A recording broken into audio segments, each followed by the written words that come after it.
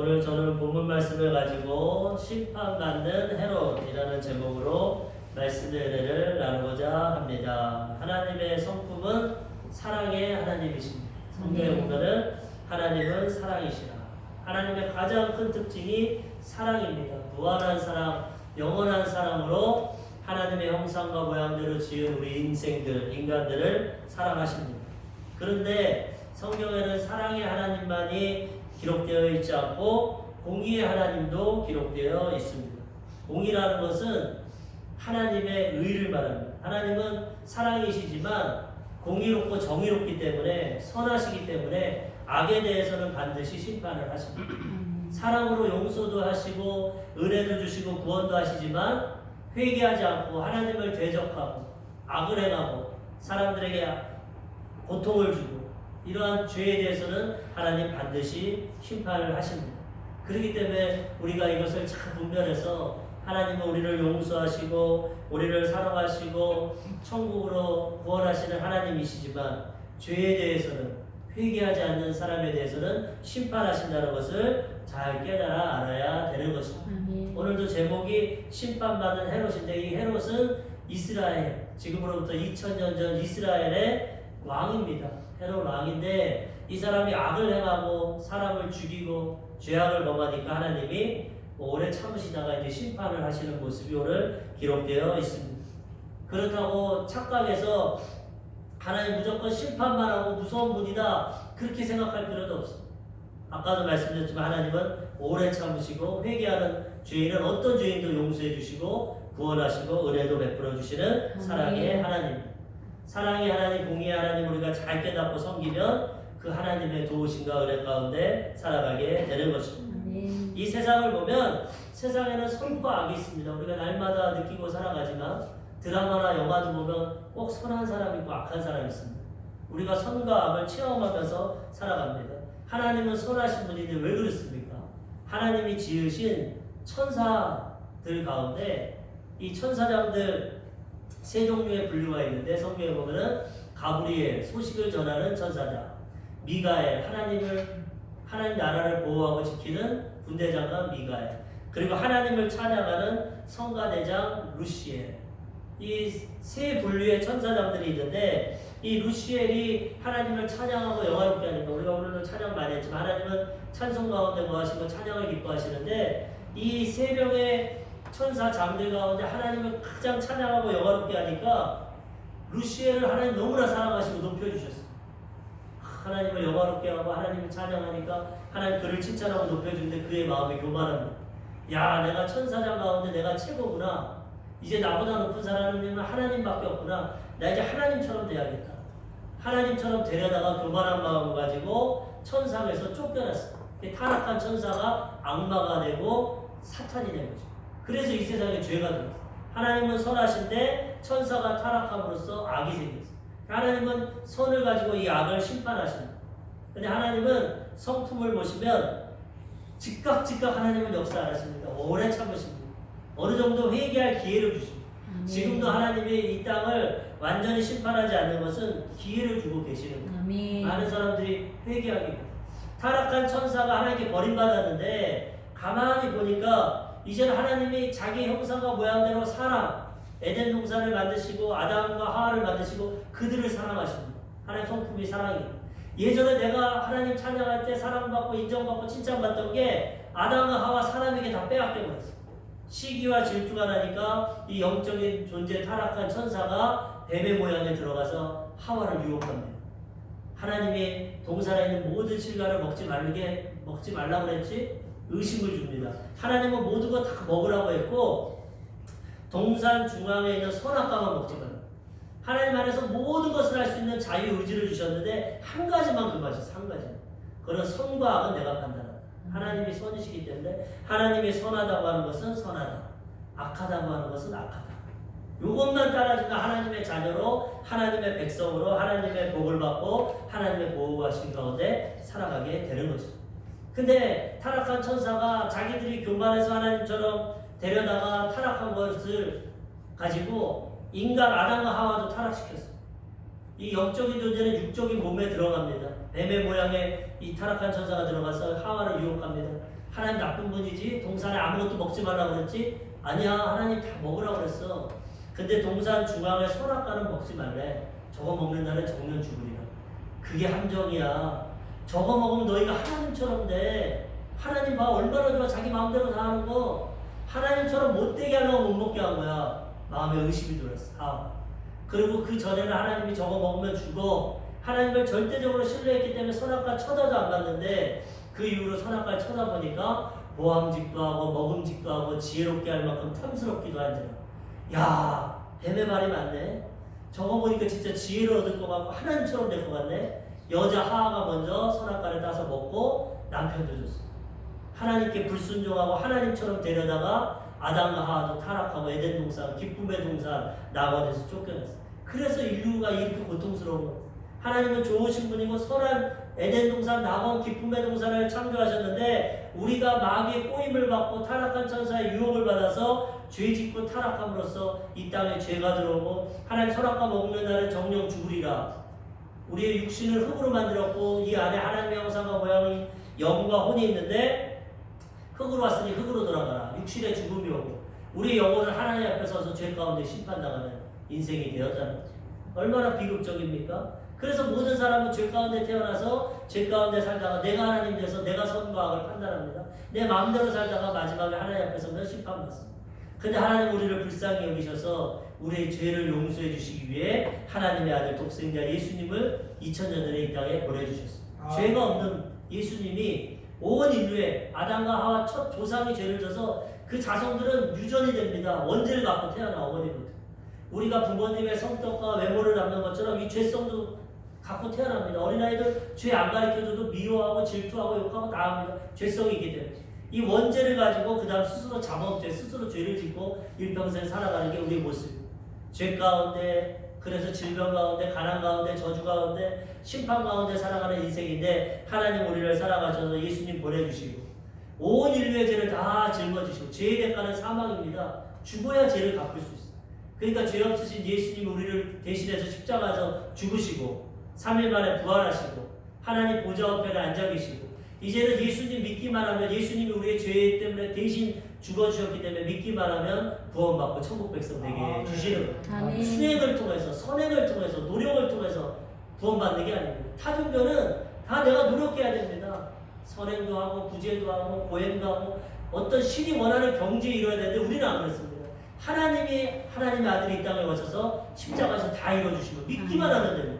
아, 내가 죄인이구나, 내가 타락했구나. 예수님 믿고 마음으로 믿어 의에 이르고 입으로 시인하면 구원받게 되는 거예요. 아무런 조건도 없어. 돈이 많든 없든 많이 배웠든 못 배웠든 노인이든 어린애이든 어떤 사람들인지 이 복음, 복된 소식, 예수 그리스도의 복음을 듣고 믿기만 하면 구원받고 천국 백성 되게 되는 것입니다. 육신의 장막지고 무너져서 흙으로 가지만 우리의 영혼은 하나님 계시는 새하늘과 새 땅 천국으로 들어가 영생을 누리며 살아가게 되는 것입니다. 또한 예수 믿고 구원받으면 이제 이 땅에서도 하나님의 아버지가 되시고 죄 지은 아담과 하와는 타락해서 쫓겨났지만 예수님을 통해서 죄가 용서되면 이제 하나님 우리 안에 거해 주시는 것입니다. 하나님을 아버지로 모시고 하나님의 축복과 보호하심과 인도하심 가운데 우리는 살아가게 되는 것입니다. 그러므로 우리는 이 하나님의 은혜를 깨닫고 하나님을 의지하고 아버지로 모시고 믿음으로 살아가야 되는 것입니다. 근데 하나님은 아직까지도 최후의 심판을 남겨주셨어요. 마지막 때가 최후의 심판인데 아직 이 세상을 심판하지 않았어요. 그래서 타락한 천사가 공중권세를 잡고 있어요. 하늘의 악한 영들이라고 성경은 표현하는데 이 공중권세 잡은 악한 영들이 지금도 사람들을 미혹하고 죄 가운데 사망과 지옥 가운데 끌고 갑니다. 네가 하나님 되라. 육신의 정욕, 안목의 정욕, 위생의 대랑 네 몸이 원하는 대로 네가 보고 싶고 하고 싶은 대로 너를 자랑하고 네가 하나님 돼서 네 마음대로 살아라. 이게 세상의 방법입니다. 한 가지 예만 들면 동성연애를 말하지 않습니까? 우리 인간적으로 기준을 볼 때는 동성연애 할 수도 있지. 사람이 남자로 태어났지만 여성이 좋으면 여성적인 성향을 가지고 하면 되지. 남자가 남자 좋으면 남자랑 결혼하면 되고 여자가 좋으면 여자랑 결혼하면 되지. 왜 차별하냐? 인간은 자율성이 있고 자기 마음대로 살아가는 거. 이거 인간 편에서는 맞습니다. 인간이 선과 악을 판단할 수 있어. 근데 성경에 뭐 하나님이 절대 선과 악인데 하나님 편에서 이게 죄입니다. 하나님은 한 남자를 지으시고 그 다음에 그 아담의 갈빗대를 지어서 한 여자를 만드시고 남자가 장성하여 부모를 떠나 아내와 연합하여 한 몸을 이루지. 남자와 여자가 하나 돼서 생육하고 번성하고 가정을 이루게 하셨어요. 그래서 지금 아담과 하와를 통해서 70억의 인구가 번성한 것입니다. 남자가 남자 결혼하면 자녀를 못 낳습니다. 여자와 여자 결혼은 자녀를 가정이 끼어집니다. 하나님의 섭리 가운데 하나님은 남자와 여자를 창조하시고 한 몸이 되게 하시고 가정과 자녀를 이루시고 살아가는 걸 원하시는데 이것을 인간의 선과 악으로 아니야 이제는 동성끼리 결혼해도 돼 얼마든지 행복하고 내 마음대로 살는데 인간이 하나님 돼서 사는 것이고 우리는 기독교는 말씀을 중심으로 아니야 동성연애는 하나님의 악이라고 했기 때문에 우리는 그 사람들을 불쌍히 여기지만 그 죄는 범하면 안 돼. 그들도 회개하고 돌아올 수 있도록 우리가 복음을 전하며 살아가야 되는 겁니다. 이와 같이 세상은 아직도 선과 악의 싸움입니다. 하나님을 알지 못하는 자는 내가 선과 악을 판단해서 내 마음대로 살고 하나님을 알고 말씀을 아는 자는 하나님 말씀대로 선을 행하고 하나님 뜻대로 살아가길 원합니다. 물론 예수 믿어도 죄 짓고 넘어지고 쓰러집니다. 완전한 사람은 아무도 없어요. 천국 갈 때까지. 그렇지만 우리는 죄 지으면 마음에 가책을 얻고 회개합니다. 그럼 하나님도 우리를 용서해 주시고 회복시켜 주시는 겁니다. 세상에 보면은 처음에는 악이 이기는 것 같습니다. 드라마에도 보면 악한 사람이 처음엔 착됩니다. 그렇지만 마지막에는 선이 이깁니다. 꾸며낸 이야기인 것 같지만 사람들의 체험에서 나옵니다. 한자에도 보면 인과 응보가 있습니다. 행한 대로 거둔다. 선을 심으면 선을 걷고 악을 행하면 나중에 반드시 악을 걷는다. 성경에도 심은 대로 걷는다고 했습니다. 우리가 선을 심으면 선한 일들이 일어나고 악을 심으면 악한 거에 대가를 받게 됩니다. 이게 하나님의 법칙입니다. 권선징악 선을 권하고 악은 반드시 징계한다. 이게 하나님의 성품 가운데 사람들이 하나님을 모르지만 이 우주 만물과 자연세계를 통해서 하나님의 성품을 체험하게 되는 것입니다. 아직도 이 세상에 악이 있는 것은 아직 하나님이 심판을 하지 않았고 마지막 때가 되지 않았습니다. 지금 말세라고 하지만 아직 하나님의 때가 있기 때문에 이 땅에 악이 있는 것입니다. 그렇지만 최후에는 이 악이 심판당하고 악한 천사들은 무정행이라는 지옥에 빠지게 될 것이고 하나님의 선하신 나라가 이 땅에 이루어지게 될 것입니다. 그러므로 우리는 이런 하나님의 성품을 깨닫고 하나님의 선하신 가운데 우리도 살아가야 되는 것입니다. 시편 145편 8절에 보니까 여호와는 은혜로우시며 긍휼이 많으시며 노하기를 더디하시며 인자하심이 크시도다. 우리가 죄 짓는다고 하나님 바로 심판 안 합니다. 그럼 우리 여기 살아있을 사람 아무도 없어. 하나님 오래 참으십니다. 우리가 한번 태어나서 죽을 때까지 참으십니다. 죽기 전까지만 회개하면 하나님 용서하십니다. 항상 말씀드리지만 예수님 십자가에 달렸을 때 오른편 왼편에 우편 강도 좌편 강도가 있어. 둘 다 맨 처음에 예수님 욕했습니다. 네가 하나님의 아들이면 왜 무기력하게 십자가에서 죽냐? 너도 구원하고 우리도 구원해라. 욕하고 비난했어. 그런데 예수님의 행동과 말을 보면서 우편 강도로 회개합니다. 아, 이분은 틀리구나. 이분은 진짜 하나님의 아들이구나. 그러면서 나중에 작방 간부가 욕할 때 강도에게 말합니다. 너와 나는 일평생 죄 짓고 강도짓해서 십자가에 죽는 게 당연하지만 이분은 하나님의 아들이다. 의인이다.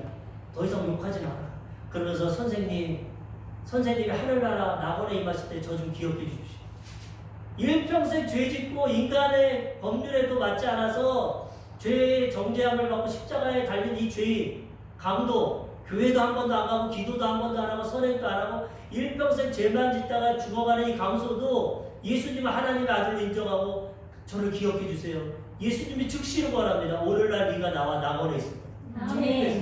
이걸 볼 때 우리는 회개하고 믿기만 하면 즉시로 구원받고 하나님의 백성이 되는 겁니다. 완전히 죽는 상태에도 회개하면 되는 거죠.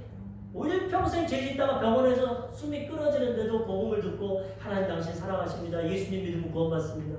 내가 마음으로 그걸 믿고 입으로 시인하면 즉시로 구원받게 되는 겁니다. 하나님 이렇게 오랫동안 참으십니다. 우리가 죽을 때까지. 근데 죽을 때까지 회개 안 하고 죽으면 우리 일평생 죄 가운데 심판의 길로 가는 겁니다. 하나님은 죄에 대해서는 반드시 공의롭게 심판하십니다. 이런 하나님의 성품 우리가 잘 깨달아 알아야 되는 것입니다. 베드로 후서 3장 9절 주의 약속은 어떤 이들이 더디다고 생각하는 것 같이 더딘 것이 아니라 오직 주께서는 너희에 대하여 오래 참으사 아무도 멸망하지 아니하고 다 회개하기에 이르기를 원하시느니라. 초대교회부터 지금까지 말세라고 하는데 사람들이 비웃습니다. 말세가 언제냐? 맨날 말세라고 하지만 하나님 오지도 않고 세상 심판하지도 않는다. 베드로가 말하는 것입니다. 더디다고 생각하지만 그렇지 않다. 하나님이 왜 아직도 심판 안 하냐? 한 사람이라도 멸망하지 않고 회개하고 돌아올 때까지 기다리고 계시고 하나님 아직도 회개할 기회를 주시는 거예요. 이 하나님의 은혜를 생각하고 우리는 회개하고 구원받아야 되고 아직도 우리 주변에 가족들, 이웃들, 친척들 이 복음을 알지 못하고 죽어가는 영혼들에게 복음을 전해서 그들도 회개하고 구원받고 천국에 갈 수 있도록 우리가 복음을 전하며 살아가야 되는 것입니다. 아멘. 오늘 본문에 보면은 이 헤롯이 아주 악한 왕입니다. 악한 왕으로서 사람을 죽이고 살인을 행합니다. 하나님이 처음에는 가만두셨지만 마지막에 심판하십니다. 첫 번째로 보니까 야고보를 죽이는 헤롯에 대해서 알아보겠습니다. 야고보는 예수님의 12제자 중에 한 명입니다. 예수님 공생의 시간에 예수님을 따르고 복음을 전하고 훌륭한 이 야고보 사도인데 이 사도로서는 첫 번째로 순교를 당합니다. 헤롯 왕이. 평신도로서는 스데반이 복음 전하다가 돌맞아 유대인에게 죽지만 사도로서는 야고보 사도가 제자로서는 처음으로 칼로서 참수형을 당하고 목이 잘려서 죽임을 당합니다. 근데 이 야고보를 죽인 이유가 헤롯이 죽였는데 죽인 이유가 죄 때문에 죽인 게 아닙니다. 무슨 죄를 지었고 살인을 했고 악을 행했으면 심판을 받겠지만 이 야고보는 죄를 지은 게 없습니다. 하나님의 복음만을 전했는데 이 헤롯이 자기 권력 때문에 유대인들이 예수 믿는 사람 싫어하니까 초창기 초대교회에 유대인들의 환심을 살라고 자기 권력을 더 유지하려고 아무런 죄가 없는 야고보를 잡아서 그냥 칼로 목을 베어 죽여버렸어요. 얼마나 악합니까? 자기 출세 때문에 자기 성공 때문에 사람을 죽이는 거. 요즘 세상 사람들은 다 그럽니다. 자기를 위해서 남을 배신하기도 하고 남을 짓밟기도 하고 자기 중심으로 이기적인 세상을 살아갑니다. 내 성공과 출세를 위해서. 부정과 비리가 얼마나 많습니까? 세상에. 정치권에도 그렇고 교육 학자들도 그렇고 모든 사람들이 하나님을 알지 못하면 자기중심적으로 자기가 하나님 대해서 이기적으로 죄악 가운데 살아가는 거죠. 백성들에게 인기 얻으려고 사람을 죽이는 게 얼마나 악합니까? 한 사람의 생명을. 그렇게 이 헤롯이 자신의 권력을 위해서 죄 없는 야고보를 죽여버렸어요. 근데 이 헤롯의 내용을 보면은 이 성경에 헤롯 왕이 많이 나오는데 한 사람이 아닙니다. 이 헤롯 가문입니다. 이때는 지금 BC 한 44년이고 예수님 돌아가신 지 한 13년 지난 후고 이 전에 예수님 태어날 때도 헤롯 왕이 있습니다. 예수님 죽이려고 하지 않았습니까? 동방 박사들이 와서 유대인의 왕이 어디 태어났습니까? 큰 별이 있어서 쫓아왔습니다. 헤롯 왕이 그러냐? 어디 있는지 알려줘라. 나도 경배하겠다.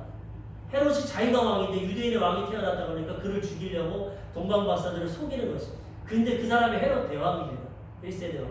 예수님 태어날 때 악을 행합니다. 동방 박사들이 꿈에 천사의 지시를 받아서 헤롯에게 가지 말고 그냥 가라. 그게 가가지고 헤롯이 속인 줄 알고 베들레헴에 있는 아이들 2살 미만의 아이들 다 죽입니다. 얼마나 악합니까? 자기 왕권 뺏길까봐 2살 어린 아이 이제 태어나서 갓 돌진하고 이런 아이들을 베들레헴 지역에 있는 사람들 다 죽입니다. 그게 헤롯 대왕입니다. 그 아들들이 이제 분봉왕이 되는데 이 오늘 헤롯 아그리파 1세라고 하는데 이 야곱을 죽인 사람은 손자입니다. 손자. 그 아버지의 그 아들이라고. 헤롯이 그렇게 사람의 생명을 무참히 어린아이의 생명을 자기 왕권 지키려고 죽이는 것처럼 이 손자도 그대로 그것을 죄악을 답습해가지고 야고보 사도 아무런 죄 없는 사람은 그냥 파리 목숨 하듯이 죽여버려요.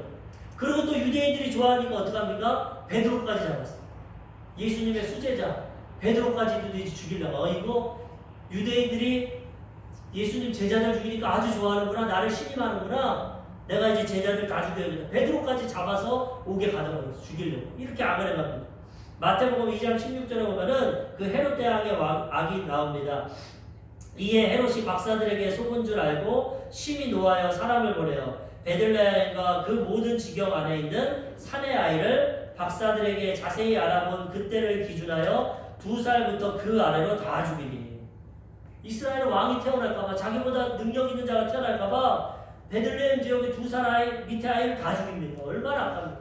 그것을 이 헤롯의 손자가 그 악을 습득해서 또 악을 행하는 것입니다.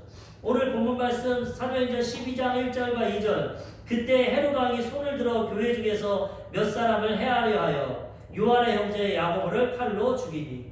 눈 하나 깜짝 안 하고 살인을 행하는 것. 하나님은 십계명에 살인하지 말라고 했어요. 더 나아가서 형제를 미워하는 자마다 마음에 살인한다고 했어요. 미워하지도 말고 원수도 사랑하고 용서하라고 했는데 이 사람은 하나님이 법이었고 자기가 하나님이니까 이렇게 악을 행하게 되는 것입니다. 하나님이 이 악에 대해서 나중에 심판하십니다. 반드시 하나님은 죄에 대해서는 심판하십니다. 그러므로 우리는 말씀을 통해서 선과 악을 구별하고 하나님 안에서 선하신 삶을 살아가야 되는 것입니다. 아멘. 근데 이제 보니까 이 베드로가 이제 옥에 갇혀서 이제 죽게 생겼어요. 내일이면 사형 선고를 합니다. 근데 하나님이 이 베드로를 건져냈습니다. 아까 성경 우리가 읽었지만 이 교회 지도자 베드로가 잡히고 야고보가 죽으니까 성도들이 기도합니다. 하나님.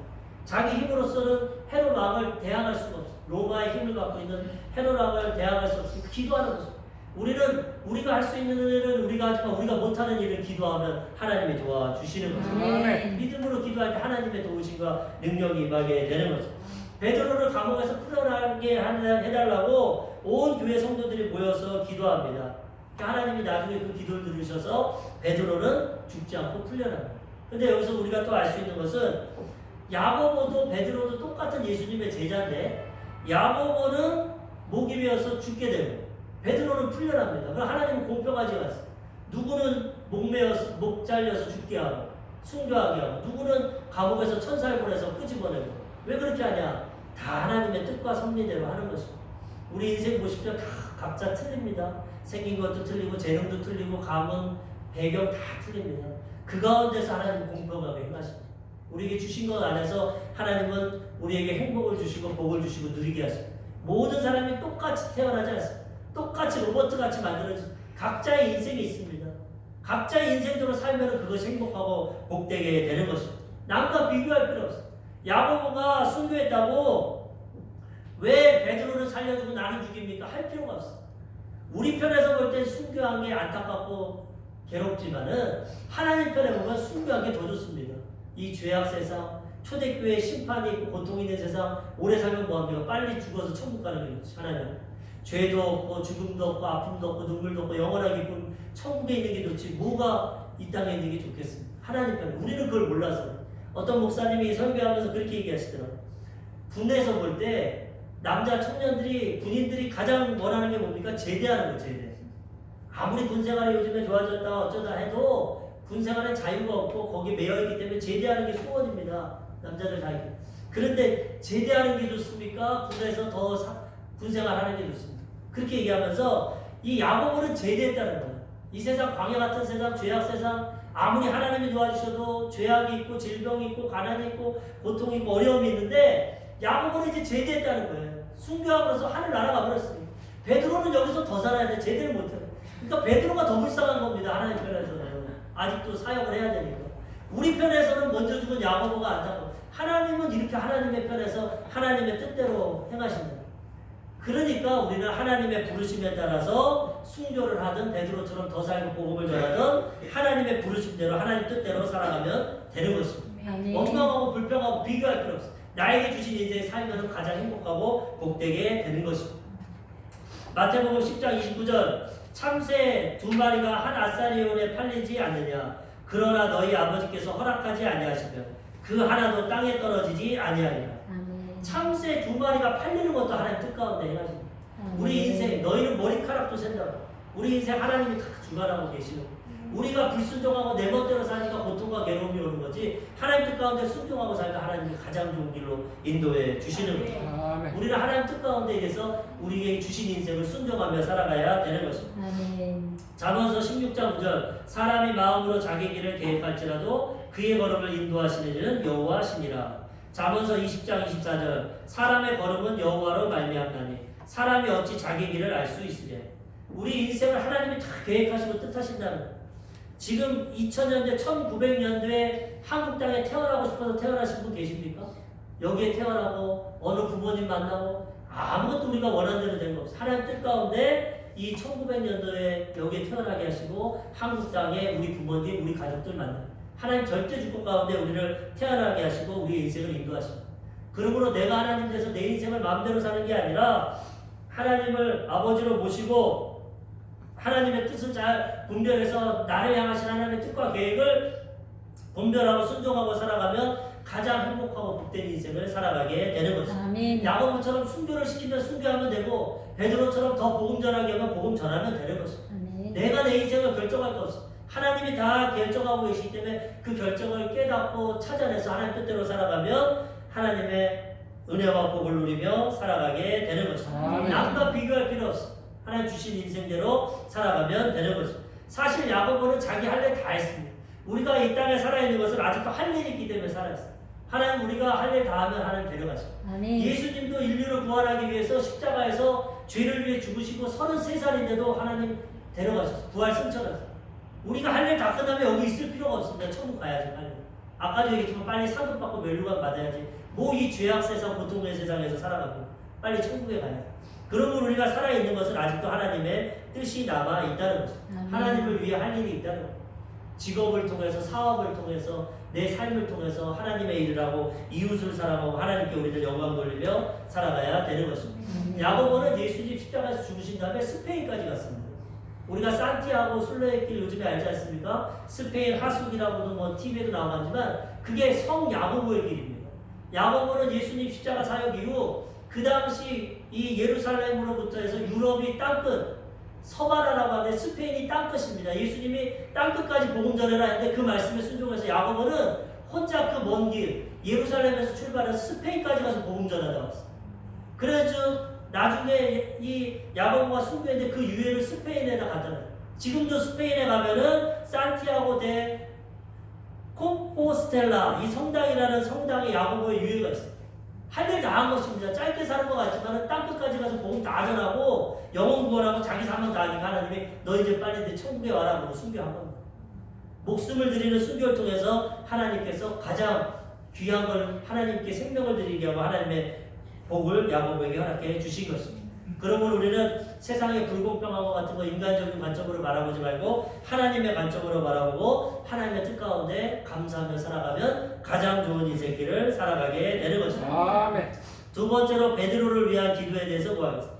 베드로는 이제 감옥에 갇혔고 내일이면 사형당합니다. 아까도 얘기했지만은 성도들이 다 기도합니다. 근데 너무나 불가능한 현상입니다. 오늘 본문에 보니까 사도행전 12장 4절 5절 잡음에 옥에 가두어 군인 내식인 뇌패에 맡겨 지키고 6월절 후에 백성 앞에 끌어내고자 하더라. 이에 베드로는 옥에 갇혔고 교회는 그를 위하여 간절히 하나님께 기도하더라.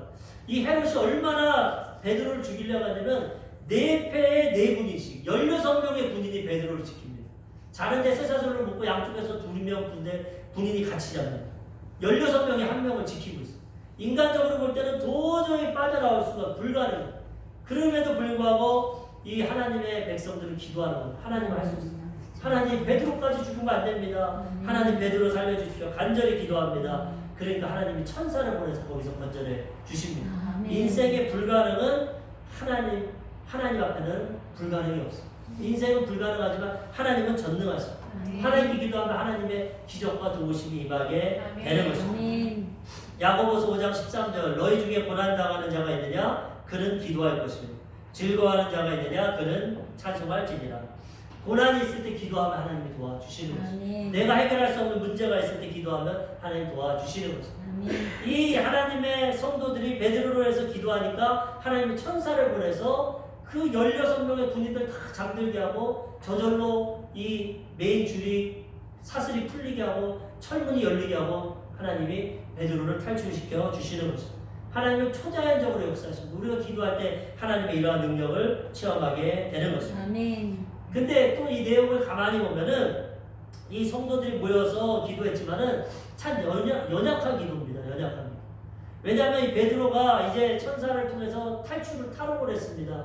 그리고 그들이 모여있는 마리아의 그 집에 갔는데 보니까 사람들이 모여서 기도하고 있으면서도 베드로가 온 것을 믿지 않습니다. 이만큼 우리의 기도가 참 연약합니다. 믿음이 있다고 하고 기도를 하지만 믿질 않아요. 베드로가 와서 그 집에 기도하는 집에 똑똑똑합니다. 로데라는 어린아이가 나갑니다. 누구세요? 그러니까 나 베드로다. 빨리 문 열어라. 로데 아이가 깜짝 놀라서 기도하는 성도들이 가서 베드로가 왔어요. 베드로가 왔어요. 그러니까 너 미쳤구나. 베드로가 어떻게 오냐. 지금 감옥에 그렇게 갇혀있는데 몰라. 아니에요. 내가 베드로의 목소리를 들었어요. 그러니까 그건 베드로의 천사일 거야. 영이 왔을 거야. 베드로 뭐라.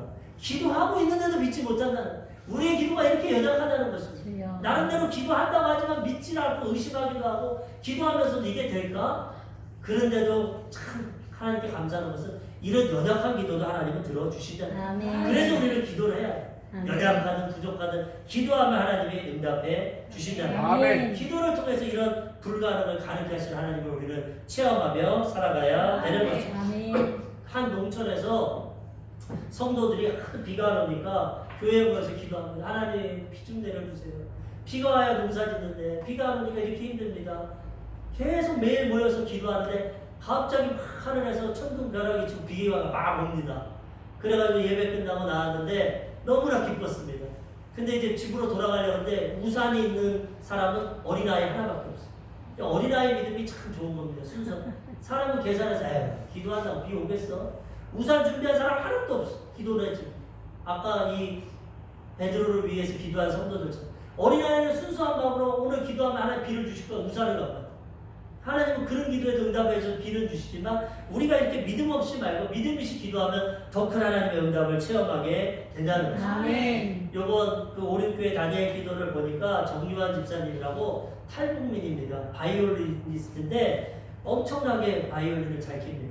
그분이 전 김정일 전용 악단 단장병 악장을 했던 김정일한테 어렸을 때 발탁돼가지고 그 평양은대 교수도 하고 그 다음에 김정일 전용 악단장으로서 바이올린 연주를 했어요. 동유럽의 교환 교수로도 하고 4살 때부터 바이올린을 시작했는데 5살 때 전국 어린이대회에서 1등을 했어요. 재능이 하나님 주신 재능을 갖고 있어요. 그리고 평양에서 아주 교수로서 부유하게 행복하게 잘 살았습니다. 그런데 워낙 이 재능이 뛰어나니까 동유럽의 교환 교수로 가서 거기서 이제 공부를 하고 있는데 그럼에도 불구하고 항상 마음에 참된 평안과 기쁨이 없어. 평양에서 잘 살고 지위도 있고 돈도 있지만 항상 마음에는 근심과 불안함과 괴로움이 있어. 그러니까 외국인 한 교수가 그를 보면서 아니 무슨 마음에 근심이 있습니까? 걱정이 있습니까? 얼굴색이 좋지 않아요. 요즘에 무슨 스트레스를 많이 받습니까? 그러니까 이 사람이 그렇지 않습니다. 그냥 항상 그럽니다. 그랬더니 그 외국인 교수가 교회 좀 나가보세요. 교회 나가면 하나님의 기쁨이 있습니다. 아멘. 그 전까지는 교회에 대해서 아주 불신앙을 갖고 있었어요. 교회에 가면은 탈북민들 납치해 가고 아주 교회에 대한 부정적인 이미지가 있었는데 그날따라 마음문이 열리면서 사실 우리 할아버지도 예전에 장로님이었습니다. 이렇게 대화를 하게 됐어요. 그러면서 생각을 하니까 어렸을 적에 4살 때부터 바이올린을 시작했는데 할아버지가 장로님인데 4살, 5살 때부터 학원 다니시면서 할아버지가 항상 무릎 위에 앉히고 기도를 했어요. 머리 안 숙이기도 하고 그걸 어렸을 때 생각해요. 그리고 집이 버스 종점인데 항상 버스 종점 가기 한 정거장에 내려서 논밭을 걸어가면서 할아버지가 기도를 해요. 나중에 할아버지는 평양에서 쫓겨났어요. 기독교인이. 자기만 그렇게 성공했는데 그 기도가 생각나고 할아버지가 생각나요. 아 그래 우리 할아버지가 장로님이지. 할아버지가 나 어렸을 때 그렇게 기도했지. 그 마음이 평안하고 교회를 한번 가보고 싶다. 그런 생각이에요. 그래서 동유럽에서 몰래 택시를 타고 처음 교회를 갔는데 처음엔 두렵기도 하고 있는데 워낙 음악하는 사람이니까 교회에서 찬송이 나오는데 그렇게 은혜가 됩니다. 안에 들어갔는데 웬일인지 눈물과 콧물이 엄청나요. 평생 그렇게 울어본 적이 없는데 울고 나오니까 마음에 기쁨이 있고 평안이 있고 목사님 말씀 드리니까 은혜를 받고 야 이거 교회에 진짜 뭐가 있구나. 그 다음 주에 또 와봤어. 2달 동안 교회를 다니면서 평안을 얻었는데 발각이 되고 대사가 교회 갔다. 이제 그러면은 완전히 북한으로 이송되고 이제는 큰일 나네. 포로 수용소에 끌려가요. 그래가서 거기서 이거 안 되겠다. 하나님을 섬기고 교회를 다닐 수 있는 자유로운 대한민국으로 가야겠다. 거기서 탈북을 해버렸어. 그래가지고 여기서 지금 탈북자 정착 홍보대사입니다. 또 하나님께서 아름다운 아가씨 평양에서 공부한 이 피아니스트, 바이올리니스트는 제일 필요한 게 피아니스트라고. 피아니스트를 만나게가지고 둘이서 피아노 치고 바이올린 치면서 간증하는 하나님이 지금도 이렇게 역사하고 근데 자기가 고백하는 게 할아버지가 기도했기 때문에 이렇게 돼요. 그 4-5살짜리 안수기도 했지만은 그게 이루어질까 했지만은 그 기도가 자라서 나중에 하나님 그 자녀를 구원해 주시고 한국 땅에 보내주시고 하나님께 영광 돌리고 쓰임받게 해주시는 것입니다. 아멘. 기도가 별거 아닌 것 같지만 기도하면 하나님이 이렇게 역사해 주신다는 우리는 믿음을 갖고 기도해서 하나님의 도우심 가운데 살아가야 되는 것입니다. 마지막 3번째로 헤롯의 죽음입니다. 처음에는 헤롯이 이기는 것 같고 야고보 죽이고 베드로 감옥에 갖고 승승장구하는 것 같지만 하나님은 기도를 들으셨고 이제 하나님에 대해 헤롯을 심판하시는 거예요. 헤롯은 교만하고 자기 죄를 깨닫지 못했어요. 헤롯은 베드로가 탈옥하니까 이 파수꾼들 베드로를 지키는 사람들 다 죽여버렸어. 파수꾼들. 그렇게 악을 해갑니다. 그리고 자기는 휴양지 가이사라에 갔어. 지금도 예루살렘 이스라엘 가면 가이사라 지중해 바닷가에 휴양지가 있어. 헤롯이 만든 거야. 사람 마음대로 죽이고 자기는 마음껏 놀고 즐기는 거야. 가이사라에 가서 즐겁게 노는데 그 지방 사람들이 아무하느라고 헤롯 왕이니까 아첨하느라고 그가 왕의 복을 입고 이 단상에서 연설을 하니까 아첨하느라고 야 이건 사람이 아니다 이건 신의 목소리다 헤롯에게 막 아첨을 하고 찬양을 하니까 헤롯이 아 내가 하나님이구나 내가 신이구나 하나님께 영광 돌리지 않고 교만하다가 하나님이 그를 쳐서 죽입니다. 오늘 본문 말씀 지나서 사도행전 12장 22절에서 23절 보니까 백성들이 크게 부르되 이것은 신의 소리요 사람의 소리가 아니라 하거늘 헤롯이 영광을 하나님께 돌리지 아니하므로 주의 사자가 고치니 벌레에게 먹혀 죽으니라. 죄를 깨닫지 못하고 교만하고 자기가 하나님 되고 하나님께 영광 돌리지 않고 회개하지 않으니까 하나님이 때가 되면 심판하세요. 바이러스 벌레가 들여서 충격 맞아가지고 즉시로 심판당하고 죽게 되는 것입니다. 비참한 인생. 처음에는 부귀를 가지고 권력을 가지고 사람 목숨 마음대로 죽이고 잘 나가는 것 같지만 때가 되니까 하나님이 무섭게 심판하시는 것입니다. 그 하나님 주신 것을 가지고 하나님께 영광 돌리고 하나님께 쓰임 받았으면 얼마나 좋겠습니까? 복음을 전하고 그걸 안 하고 악을 행하고 자기 이기적인 마음을 가지고 살아가고 죄를 짓고 자기가 하나님 되니까 하나님이 그를 심판하시는 거예요. 그러므로 우리는 이런 악에서 멀리하고 하나님의 은혜를 깨닫고 하나님께 영광 돌리는 삶을 살아가야 되는 거죠. 하나님이 가장 싫어하는 게 교만입니다. 아까도 얘기했지만 타락한 천사가 하나님처럼 내려가 쫓겨났어요. 아담과 하와가 하나님처럼 내려가 쫓겨났어요. 지금도 하나님이 어딨냐? 내 주먹을 믿어라. 내 힘과 능력으로 인생을 살아가는 것이다. 나를 자랑하고 나를 높이고 내가 하나님 되면 하나님께 심판받게 되는 것입니다. 우리의 창조의 목적을 하나님께 영광 돌리는 겁니다. 요즘 세상에 뭐 보면은 뭐 유느님, 뭐 간모 막 이렇게 사람을 하나님처럼 높입니다. 그거 참 무서운 겁니다. 하나님 기뻐하지 않습니다. 우리는 사람입니다. 하나님이 아닙니다. 불완전합니다. 하나님만 하나님 되셔야 되는 것입니다. 하나님께 영광 돌리며 우리는 살아가야 되는 것입니다. 이사야 43장 7절 내 이름으로 불려지는 모든 자 곧 내가 내 영광을 위하여 창조한 자를 오게 하라. 그를 내가 지었고 그를 내가 만들었노라. 우리는 하나님께 영광 돌리기 위해서 우리를 창조해 주셨다는 것입니다. 이사야 43장 21절 이 백성은 내가 나를 위하여 지었나니 나의 찬송을 하려 함이니라. 하나님 우리를 지으신 이유는 하나님께 영광 돌리고 찬양하기 위해서 지으셨다는 거예요. 그러므로 우리는 하나님께 영광 돌리며 살아가야 되는 것입니다. 그러면 하나님이 우리 일생을 책임져 주시고 복을 허락해 주시는 거예요. 인생은 마지막이 좋아야 됩니다. 헤롯처럼 왕이 되고 권력하고 잘 살지만 마지막에 심판당하면 뭐합니까? 야고보는 순교했지만 천국 갔습니다. 베드로도 옥에 갇혔지만 나중에 천국 갔습니다. 예수 믿으면 마지막이 좋아야 돼요. 처음은 어렵고 힘들지만 죄 가운데 용서받고 병 가운데 치료받고 가난 가운데 복받고 나중에 천국 가는 게 그리스도인들의 삶입니다. 마지막이 좋아져야 됩니다. 근데 하나님은 우리 인생 마지막을 좋게 해주시는 것입니다. 예수 믿으면 마지막이 좋습니다. 신명기 8장 16절 내 조상들이 알지도 못하던 만나를 광야에서 내게 먹이셨나니 이는 다 너를 낮추시며 너를 시험하사 마침내 내게 복을 주려 하심이니라.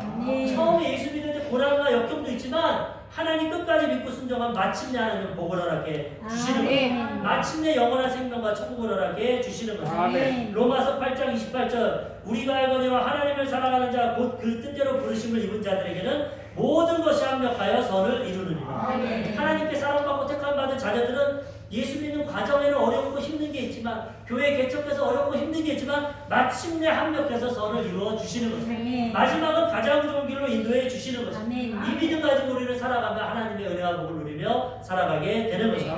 악한 자는 처음에는 승승장구하지만 반드시 심판당하지만 선한 자는 미련하고 어리석고 손해보는 것 같지만 마지막에 하나님 복을 허락해 주시는 것입니다. 오늘 말씀을 통해서 심판받는 헤롯에 대해서 알아봤습니다. 모든 사람의 심판의 길로 가고 있습니다. 그렇지만 우리는 하나님 앞에 회개하고 용서받고 천국의 길로 가야 되는 것입니다. 사랑하는 주의 백성들 하나님을 의지하시고 하나님께 기도하시고 마침내 하나님 복 마지막을 좋게 해주신 그 하나님의 은혜와 축복을 누리시고 하나님께 쓰임받고 영광 누리시는 귀한 성도님들 되시기를 주님의 이름으로 축원합니다. 아멘. 아멘. 기도하겠습니다.